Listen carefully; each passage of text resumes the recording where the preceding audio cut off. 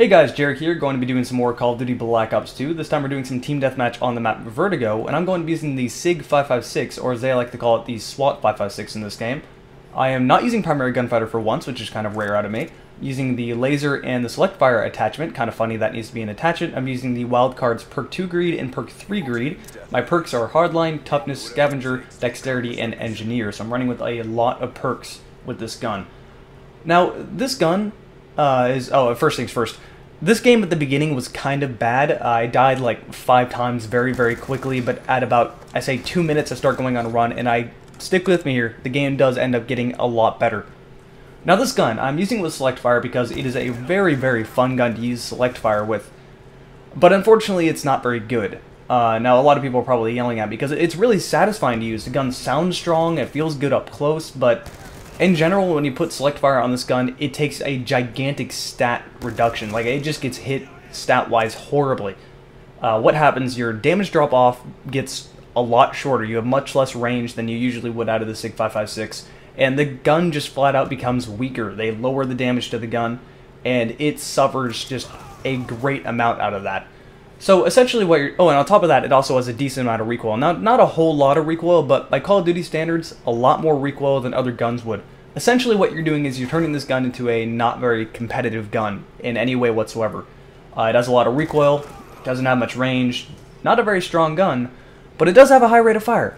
So if you can manage the gun, you can definitely do well with it, and you'll see that in this video. I definitely start doing pretty well with it towards... right about a quarter of the way through. Right about here, I think, is when I started doing a little bit better after this death. Once I get a comeback medal, I start doing a lot better. And you'll see that you can use this gun with select fire effectively, but unless you just kind of want to have fun, I wouldn't honestly recommend it, because in my experience, there's just a lot of other guns that do the same thing that you're trying to make this gun do, but a lot better.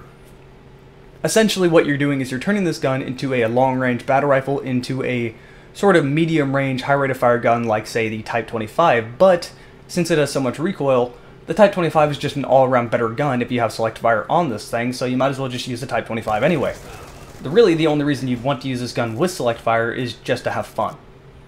So now that I got that out of the way, I do promise to you guys that I am trying to get videos of maps that I have not recorded yet out of the new DLC. I did get a very good video on the map Encore, but I haven't gotten a good video of Studio yet. I did a quick overview, so I'm not really killing myself over that. But there's some maps, I don't know what it is, some maps you just end up doing better on than other maps. I can't really tell you why, nor do I know the reason. You just simply do better on some maps than other maps. Maybe they fit your playstyle better, maybe you just have better luck on the maps, who knows. But definitely this is one of those maps where I usually do pretty well on. And my strategy with this map is to usually just run around the outsides of the map. And that usually works on almost every map, but it works even better on this one. There's a lot of cover to move from, you can flank people, there's just a lot of different ways to outsmart your opponent on this level. Going inside is, to me, almost a death trap. Now, I don't think I've ever actually recorded this, or had a good game and gone inside towards the middle courtyard.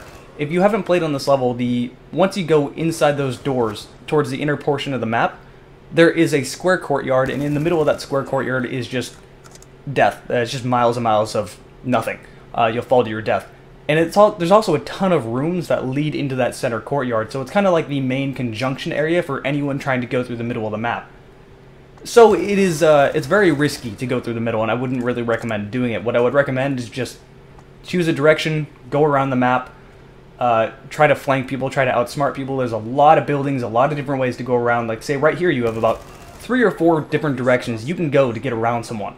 Never try to have an upfront confrontation, always try to outsmart them, which is a lot of people... You know, the Call of Duty fanbase in general kind of makes me cringe at times, because a lot of people are, you know, they're thinking in their mind, oh, you didn't have any upfront confrontations, this gameplay isn't impressive, this gameplay is boring. Well, the reason I'm not having upfront confrontations is because I'm playing it smart. I don't want to have an upfront confrontation, I don't want to have to use twitch shot skill to beat the other person. I want to outsmart the person, I want to get the drop on the person.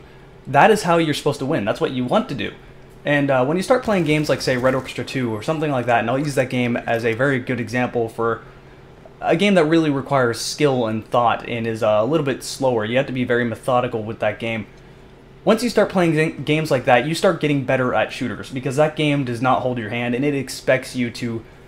It's very punishing. There is some very, very big big punishments in that game when you have a mistake. I mean, you get you get shot once, you're dead, depending on where you get shot. So once you start playing games like that, you kind of start trying to play other games a little bit more. You try to be safe. You try not to get yourself in the line of fire. You try not to really expose yourself. And that's why I'm really getting the higher kill streaks, is because I'm not putting myself in a position to die. I'm putting myself in a position to succeed, so to say. And as you can see, I got the attack dogs in the VTOL. And it's doing pretty well. This VTOL, I'm not sure what it is, but some of the levels I just don't seem to do very well with the VTOL.